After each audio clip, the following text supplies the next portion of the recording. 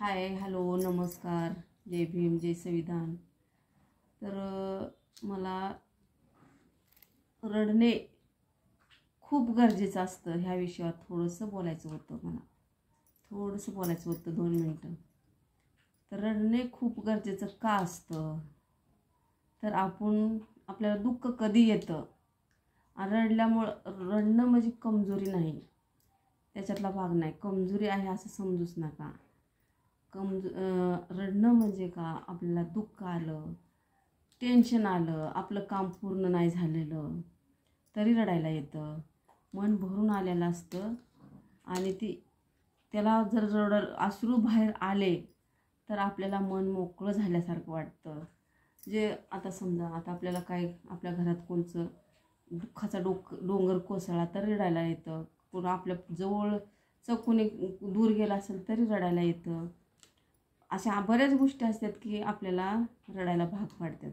पण ते आपण जर नाहीच रडलं तर आपल्याला चिडचिडपणा होतो, आपलं मन मोकळं झाल्याशिवाय आपल्याला फ्रेश वाटणार नाही। म्हणून सांगते, रडणं हा खूप गरजेचं असतं माणसाला आणि मन मोकळं करून घ्यायचं असतं। ते असं समजू नका एक रडणं एक कमजोरी, ते असं म्हणतात ना लोक, त्याला ही रडायला काय झाले, एक कमजोरीतला भाग त्याच्यातला नाही। पण मन मोकळं होण्यासाठी रडणं हे खूप गरजेचं आहे।